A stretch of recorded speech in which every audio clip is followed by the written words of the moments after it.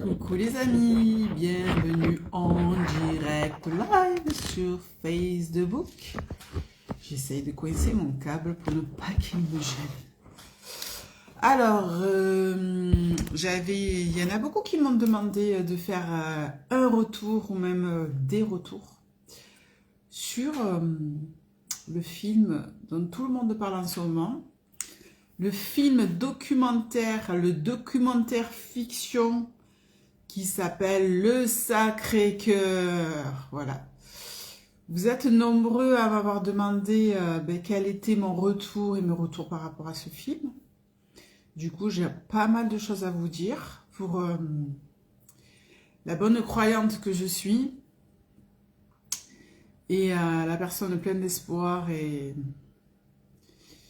d'amour à donner, à distribuer et à recevoir aussi. Donc, je vais un peu vous raconter un peu mon vécu par rapport à ce film, un peu mes petites recherches aussi également de ce qui s'est passé. Et puis, j'aime bien aller au cœur des choses aussi, savoir qu'est-ce que le réalisateur et la réalisatrice avaient à nous transmettre comme message, quels étaient leurs vécus, surtout à Steven, puisque il est co-réalisateur et sa femme est réalisatrice, mais en fait, l'idée vient complètement de lui. D'accord? Donc, je vais vous parler du film Le Sacré-Cœur. Alors, il y en a qui vont être déçus parce que ce n'est pas un film, c'est plutôt un documentaire. C'est ce qu'on appelle un documentaire fiction. Donc ceux qui pensaient voir un film sur l'histoire du Sacré-Cœur, ce n'est pas du tout ça. C'est pour ça que c'est intéressant de vous renseigner avant, d'aller voir un peu le topic, d'aller voir un peu la bande-annonce aussi également. Moi, j'avoue que j'y suis allée la fleur au fusil.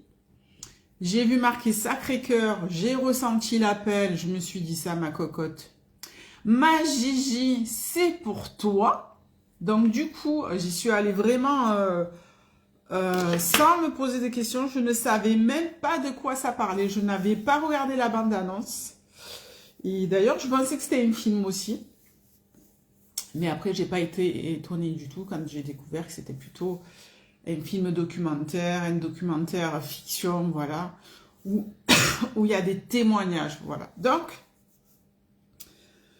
qu'est-ce que je peux vous dire? Aujourd'hui,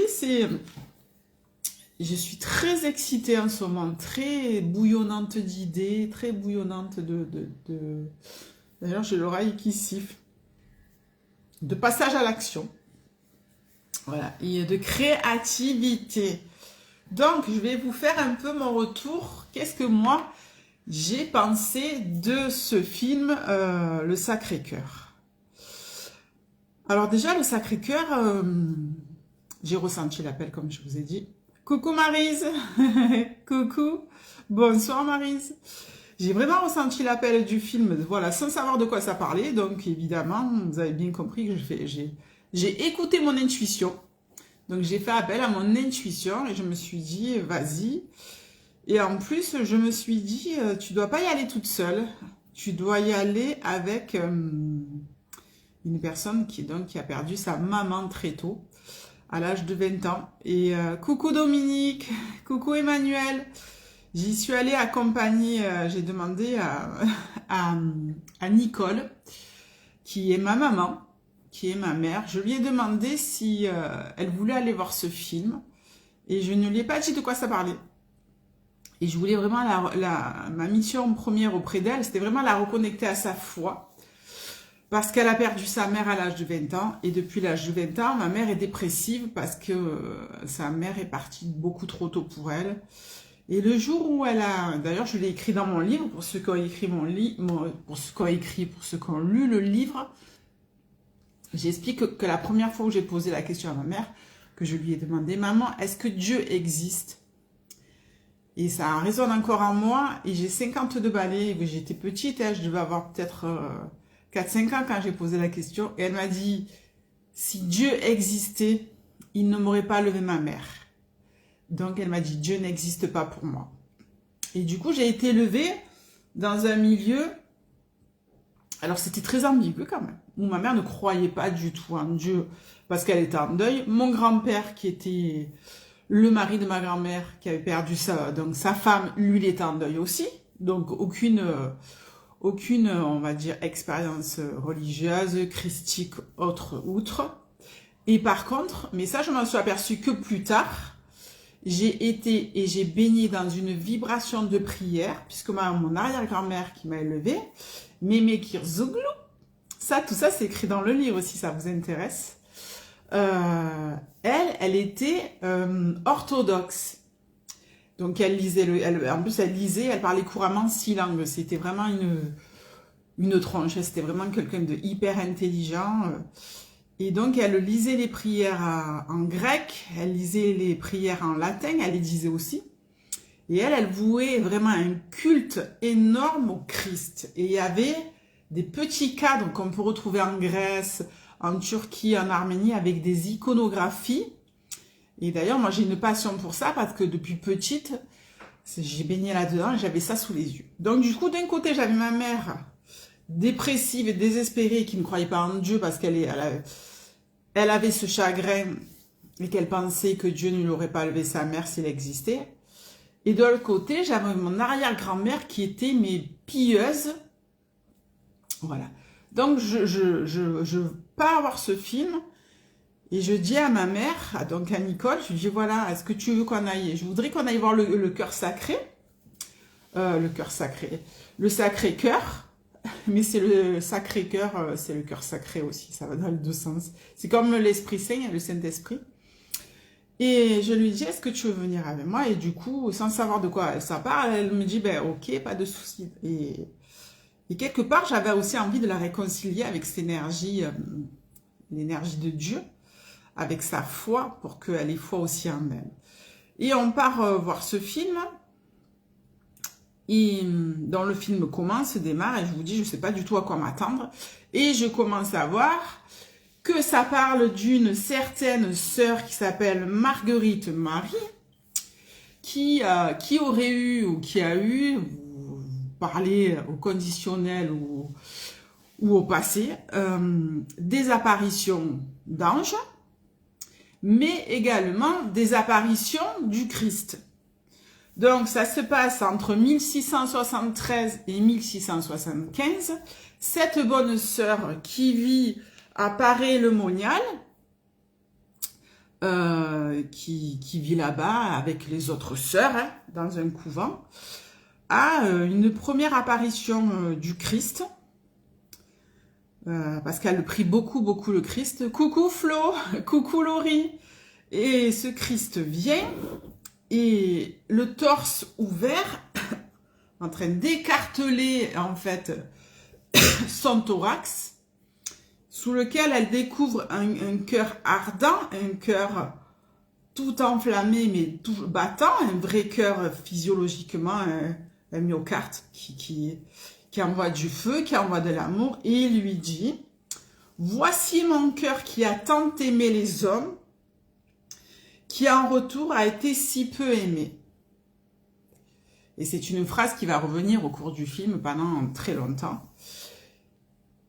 Et à partir de là, elle va ressentir en fait, mais vraiment physiologiquement, physiquement, elle va ressentir en elle l'énergie, une espèce de feu à l'intérieur qui la brûle et qui va la consumer, puisqu'elle va avoir, coucou Christiane, elle va avoir des crises où c'est intense, où c'est fort, où elle sent le cœur battre à l'intérieur, elle sent les pulsations. En fait, elle est connectée au cœur du Christ et à l'intérieur de sa poitrine, elle sent le cœur sacré du Christ et le feu d'amour. Elle sent une vague déferlante d'amour qui l'inonde et elle n'aura que de cesse de raconter. Donc elle va raconter aux sœurs qu'elle a eu l'apparition du Christ, qu'il est revenu plusieurs fois. Et je crois même que durant le film, ça arrive plusieurs fois où elle est même en compagnie la deuxième fois. Et cette sœur, donc Marguerite Marie, de Paray-le-Monial, va en fait raconter ça, et puis en fait on va la prendre pour une folle, même dans le milieu dans les milieux, on va dire, catholiques, chrétiens, où on voue un culte à la prière, dans les couvents, c'est ce qui se passe, on va la prendre pour une folle. Mais elle va avoir très vite des ressentis physiques, elle va avoir de temps en temps, elle va avoir des malaises, elle va tomber, et elle va avoir l'aide d'un saint qui ne sait pas encore qu'il deviendra saint, et qui lui va la croire. Et va la visiter régulièrement, il va lui dire, va la soutenir, va lui donner des conseils, voilà, et elle va diffuser cet amour du Sacré-Cœur. Dans ce film, qui a été donc co-réalisé par Steven Guinel, un des ex-membres du groupe Alliage, n'est-ce pas? Coucou Sandrine, coucou David, a un vécu justement. Alors pourquoi il nous a parlé du Sacré-Cœur? Pourquoi est-ce qu'il nous parle de ça en fait? Parce que lui, il a une histoire vraiment en lien avec une histoire où il est dans la foi en fait. Il a tellement vécu des trucs de dingue, il est tellement descendu au creux de la vague, il a tellement vécu le succès et d'un coup du jour au lendemain l'enfer, les ténèbres, parce qu'il disait d'ailleurs que la notoriété, c'était un cadeau empoisonné, hein, clairement. Donc le Sacré-Cœur, ça s'est passé au XVIIe siècle, donc ça a quand même quelques années maintenant. Et pourquoi est-ce qu'il a voulu nous parler de Madeleine Marie? Parce que quand il a fait des recherches sur Internet, il se soit aperçu que les saints comme Sainte Rita, Sainte Thérèse de Lisieux, Padre Pio, tout ça, on connaissait leur histoire, mais Madeleine Marie, qui avait eu des apparitions aussi du Christ et qui avait justement connecté à ce fameux cœur battant à l'intérieur, à l'amour, hein, c'est le flot d'amour du Christ, le flot d'amour de Dieu aussi, puisque le Père et le Fils, Jésus, c'est le Fils du Père, si vous me suivez. Donc, et lui, il a eu cette connexion aussi de tout petit. Et il racontait dans une interview d'ailleurs qu'il avait, à chaque fois qu'il avait demandé quelque chose, et d'ailleurs c'est l'arcane du pape, c'est demande et tu seras exaucé. À chaque fois qu'il a demandé quelque chose, il a été exaucé. Et en parlant d'être exaucé, c'est vrai que moi je vous bassine beaucoup avec la foi, avec l'alignement, être dans son plan, être en vérité avec soi-même, être vraiment en accord avec soi-même, c'est déjà ça la base. Et des fois, je m'écarte un peu de ça, même si je fais des prières, même si je fais des neuvaines, même si j'assiste à des messes, même si je vais dans des lieux hautement vibratoires. C'est vrai qu'avec le travail, je m'en aperçois pas, je me fais beaucoup happer. Et du coup, je m'oublie. Et aujourd'hui, ce matin, quand je me suis levée, je vous ai partagé, j'étais dans mon lit, et je vous ai partagé une prière d'un archange. De l'archange qui est en adéquation avec l'énergie du moment, avec l'énergie de la pleine lune et avec tout ce que nous traversons. Donc c'est un archange, je ne sais plus son nom, c'est Alalei, je ne sais plus comment il s'appelle. Et je l'ai prié ce matin, pardonne-moi, j'ai oublié le prénom. Et je l'ai prié ce matin de tout mon cœur. Et je viens de vivre un truc mais complètement fou, même ma journée était complètement folle. J'ai bossé différemment, mais en même temps, je veux bosser différemment depuis quelque temps et c'est ce qui se passe. Coucou Sébastien.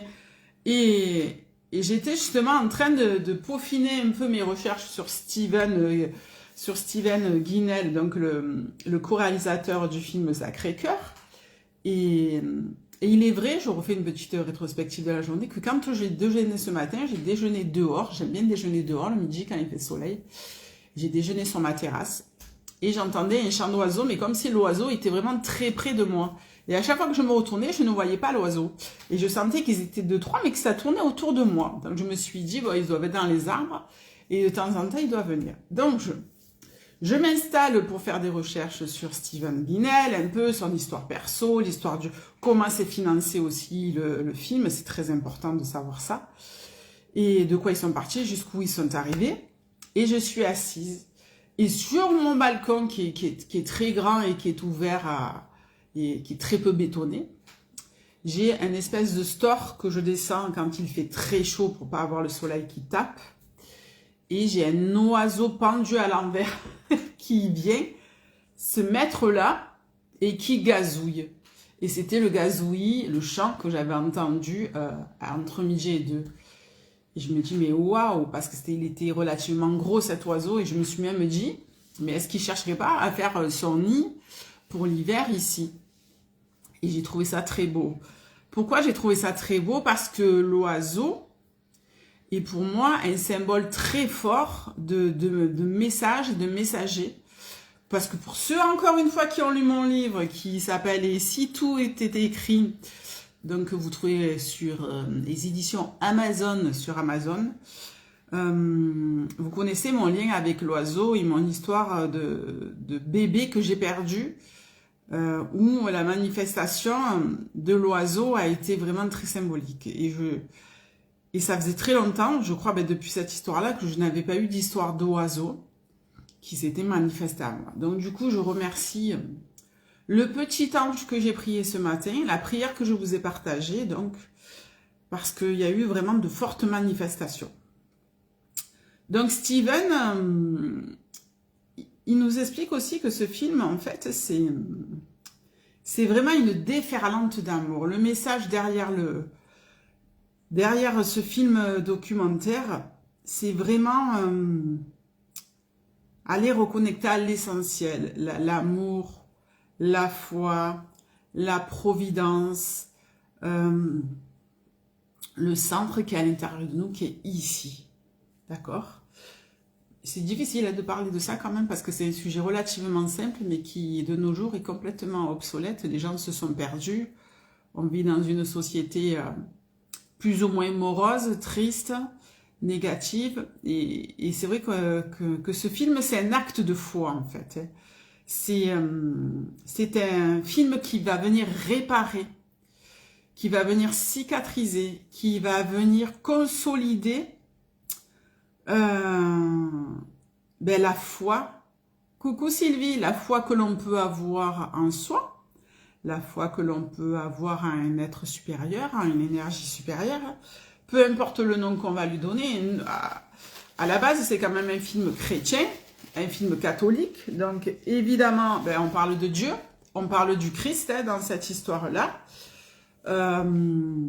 Mais qu'on soit catho, juif, musulman, ou qu'on soit athée, agnostique ou autre chose, j'ai envie de vous dire, c'est intéressant d'aller le voir. Parce que ça nous reconnecte vraiment à la notion d'amour. Et on a oublié tout ça. D'ailleurs, on a fait en sorte de nous éloigner de l'amour. Parce qu'à la base, même dans les relations hommes-femmes, on va commencer catastrophique. Les relations hommes-femmes, ça s'est vraiment détérioré depuis les années 2000. Mais pourquoi? La femme, elle a besoin de quoi en fait? C'est pas compliqué à savoir. Et c'est vrai, je vous fais une petite métaphore, mais pour revenir complètement au film. La femme, elle a besoin d'être sécurisée. Ça, c'est un besoin vital, c'est la sécurité. L'homme, quant à lui, il a un seul besoin vital. On ne parle pas d'intelligence émotionnelle là. Lui, son seul besoin, c'est d'avoir des rapports sexuels. Lui, il a besoin de se reproduire. Et la femme, elle a besoin d'avoir un toit sous la tête ou d'être sécurisée, qu'on lui apporte à manger. Voilà, tout ça. C'est pour ça qu'on dit que c'est la femme, c'est l'intérieur de la maison, le féminin sacré. Et le masculin sacré. L'homme, il a besoin de rapports sexuels.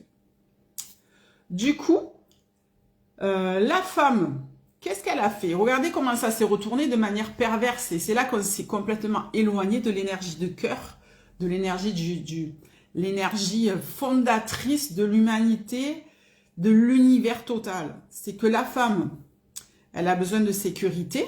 Et comment on peut lui apporter la sécurité? En lui donnant de l'amour, en lui manifestant de l'amour. Sauf que ça s'est retourné de manière perfide. C'est-à-dire que la femme, pour se sentir en sécurité, elle a eu besoin d'argent. Et du coup, elle a monétisé. Si tu veux des rapports sexuels avec moi, il va falloir payer. Ça, et les jeunes filles, elles font ça maintenant. même sur TikTok, voir des parties de leur corps. Donc du coup, elles ont monétisé leur sécurité. Et les mecs, pour avoir leur rapport sexuel, ils ont monétisé les rapports sexuels. Donc du coup, on est parti, la femme est partie dans la matière, et l'homme avec l'argent est parti avec l'aspect pécunier, il est parti dans la matière. Alors que la première des choses qui doit unir un couple, c'est pas les deniers, c'est pas la bourse, sans vilain jeu de mots, c'est la matière, l'argent, ce sont des énergies du bas astral. Ok? Qu'est-ce qui va sécuriser une femme? C'est l'amour que l'homme va lui porter. Qu'est-ce qui va sécuriser un homme? C'est l'amour que la femme va lui porter. Du coup, ils se sont éloignés totalement de la source principale de leurs besoins vitaux, l'amour. C'est pour ça qu'on dit qu'actuellement, on est dans une société où on vénère vraiment des cultes sataniques et des cultes lucifériens. Et oui, donc je sais que je vais peut-être en choquer certains, mais ouvrez les yeux, réveillez-vous, d'accord? Donc on s'est éloigné de la source principale, c'est l'amour. Pourquoi est-ce que le Christ est mort sur la croix? Pourquoi est-ce qu'il a été crucifié? Parce qu'il a voulu racheter tous les péchés de l'humanité. Donc, il a voulu faire une espèce de reset, de remettre les compteurs à zéro pour tout le monde, pour que, en fait, Dieu a sacrifié son Fils pour racheter les péchés des humains. D'accord? Est-ce que vous comprenez? Et qu'est-ce qu'il a voulu? Le temps où le Messie était là, qu'est-ce qu'il a fait? À travers ses 12 apôtres, il a diffusé la parole de Dieu. C'est quoi? On n'est pas dans une secte. Hein? La parole de Dieu, c'est diffuser l'amour. Aimez-vous les uns les autres. C'est ça. Pardonnez-vous. Et d'ailleurs, Stephen Gunnell, il le dit très bien dans son histoire personnelle. À quel moment est-ce qu'il a switché? Il est au plus bas dans son histoire personnelle. Steven, il est au plus bas. Steven, donc c'est le réalisateur du film Le Sacré-Cœur. Le cœur sacré, par contre, je vais y arriver. Il est au plus bas de sa vie et il décide de passer à l'acte. Il veut mettre fin à ses jours. Et il veut passer un dernier coup de fil. Il appelle sa maman. Il lui dit, écoute, maman, je suis en plein désespoir et je vais passer à l'action. Et avant de partir, je voudrais te demander pardon. Et au moment où il lui demande pardon, sa mère lui dit, alors qu'elle l'a élevé toute seule, lui dit, je n'ai pas été une maman parfaite, je t'ai élevé tout seul, excuse-moi de ne pas avoir répondu présente tout le temps, c'est vrai, je ne suis pas parfaite, et je le vis moi, puisque moi j'ai élevé mes enfants toute seule. Et elle lui demande pardon. Donc du coup, à un moment donné, il y a le pardon de Steven qui est là, le pardon de sa mère qui est là, le pardon, à un moment donné, ils rentrent en contact, ils rentrent en communion, ils s'entendent. Et qu'est-ce qui se passe? Le pardon, c'est mettre de l'amour dans quelque chose. Donc, il donne de l'amour à sa mère, il dit, je te pardonne avant de partir. Sa mère lui dit, je te pardonne. Et à un moment donné, ça switch. Et là, il rentre en pleine communion, en fait, avec cette énergie christique. Quand on parle d'énergie christique, vraiment, ça diffuse du cœur et ça part comme ça. On le sent complètement. Et du coup, ça l'a sauvé puisqu'il n'est pas passé à l'action. Et Dieu merci, puisqu'il nous a fait vraiment un super beau documentaire. Il faut savoir que le film appartient à Canal+. Alors, il n'est pas acheté par Canal+, mais il a été préacheté par Canal+. C'est-à-dire que Steven et sa femme sont en train de rembourser les 300 000 € qu'ont prêté Canal+ pour pouvoir finir la partie fiction du film. Alors nous, on est dans le sud et on est super contents parce que j'ai appris que les passages de fiction où Madeleine Marie à l'apparition du Christ se passe en Avignon. donc dans le sud, et c'est là où ils vont tourner avec une superbe équipe, des super moyens, vont tourner ces fictions-là, ces apparitions, et moi je les trouve vraiment géniales. Alors en tout cas, pour un premier film, je pense que les moyens ont été mis, et qu'on a eu affaire clairement à des bons professionnels pour ce film-là. D'accord, c'est Vincent Bolloré qui leur a tendu la main sur la dernière partie, la fiction. Je t'écoute et je pleure, ma chérie. Ben, j'espère qu'il y a des prises de conscience parce que t'inquiète pas, moi aussi je pleure beaucoup en ce moment. Donc c'est Vincent Bolloré qui a financé les 300 000 € qu'il leur a préacheté. Donc Steven et sa femme, ils sont en train de rembourser ces 300 000 € ben, avec les rentrées, les ventes. Si vous allez plus, vous êtes nombreux à aller le voir, plus ça va financer le film. Et ils vont pouvoir rentrer dans leurs sous. Donc le film, c'est Canal+ qui le produit. Voilà, pour la petite histoire. Et j'essaye de voir un peu les notes que j'ai prises. Donc, je vous rappelle la phrase que le Christ dit quand même à Madeleine Marie lorsqu'il la voit. Il lui dit, il lui montre, il ouvre son thorax, on a dit, « Voici ce cœur qui a tant aimé les hommes et qui en retour a si peu été aimé. » Je trouve cette phrase complètement bouleversante et touchante. Il faut savoir que dans le film, on parle de sœurs qui produisent des tout petits, qui brodent à la main, des tout petits cœurs, justement, qui représentent le Sacré-Cœur, le cœur du Christ, et qu'on peut offrir en cadeau. Ils en produisent à peu près 3000 modèles par an. Là, depuis la sortie du film, ils ont été pris d'assaut, le site, il est saturé, voilà, donc ça explose. J'aimerais trop en avoir un de petits cœurs brodés comme ça. Après, moi, dans la maison, j'ai beaucoup de figures comme ça du Christ avec le cœur ouvert. J'ai des statuettes, des photos. Comme je passe beaucoup de temps à faire des rituels, à prier aussi. Donc, c'est bien de faire travailler donc les sœurs et de leur renflouer un peu à la trésorerie. Donc, la sortie du film, elle a eu lieu le 1er octobre. Elle est à sa 5e semaine de sortie. Ils espèrent, alors lui, Steven, il s'en fout un peu de ce que ça va faire. Lui, c'est diffuser vraiment ce message d'amour, de réparation, de consolation. C'est un film qui fait du bien. Et c'est un film qui, à l'époque à laquelle nous vivons, qui va vraiment être un gros pansement, j'ai envie de dire. Coucou Joël. Donc, il a sa 5e semaine de diffusion. Donc, soyez très nombreux à aller le voir. Je ne vais pas tout vous spoiler parce qu'il y a plein de témoignages, il y a plein de pères, de sœurs, de gens qui ont assisté à des miracles aussi. Moi, j'ai déjà vécu des miracles, mais je vais le garder pour moi. Voilà, peut-être que ça fera l'objet de chapitres dans le prochain livre que j'ai du mal à écrire, qui est déjà tout dans ma tête. Voilà. Donc, soyez nombreux à aller le voir. S'il arrive à faire 300 000 entrées, ben déjà, il va pouvoir un peu payer l'argent qu'il doit. Comme ça, le film, eh ben, il y appartiendra.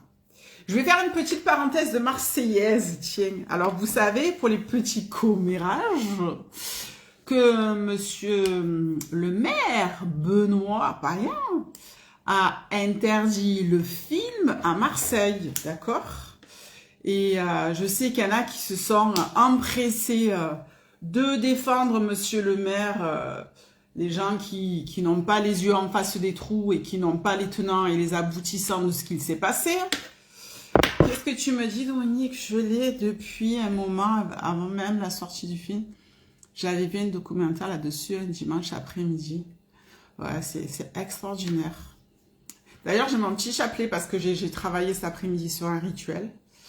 C'est une petite fiole avec de la terre sainte qui vient de Jérusalem. Et c'est du bois d'olivier qui vient de Jérusalem aussi. Je fais tous mes rituels avec ça. J'ai oublié de le lever d'ailleurs. Donc, je vous racontais que monsieur le maire marseillais, on va remettre les pendules à la mer, on va remettre les pendules à l'heure et l'église au milieu du village. C'est-à-dire, on va remettre Notre-Dame de la Garde au centre de tout. Donc, monsieur le maire a interdit le film sur... Alors, je pense, on ne sait pas pourquoi il a interdit, mais souvent, c'est souvent dû un peu à la pression des autres clans religieux. On va dire, mais on ne sait pas. Ça, c'est de la suspicion, ça, c'est de la... Je l'invente, d'accord? Donc, monsieur Benoît a interdit le film et tout. Ça a fait un peu polémique, ça a fait réagir beaucoup les réseaux sociaux. Donc, Benoît, on a vu quand même Steven Guenel s'excuser sur les réseaux sociaux. Mais du coup, on n'a vu qu'une partie. Donc, monsieur Benoît a appelé Steven en s'excusant parce qu'il ne comprenait pas pourquoi il était interdit. Il faut savoir que Benoît est baptisé et catholique et un fervent chrétien, déjà, pour ceux qui ne le savent pas, même si il claque la bise à toutes les autres religions. C'est normal, il fait son rôle de maire, il fait son job. Sachez que donc Benoît s'est d'abord excusé en off, il a appelé Steven.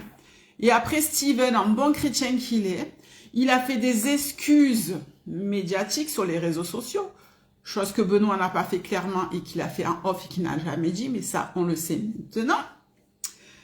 Il s'est excusé, il a dit à Steven, écoute, je m'excuse, tout ça. Donc Steven, il a dit, bah, écoute, c'est pas grave, blablabla. Donc il a fait des excuses en public. Il a dit, je serai là pour la première sur Marseille mardi soir. Et voilà que le mardi soir arrive.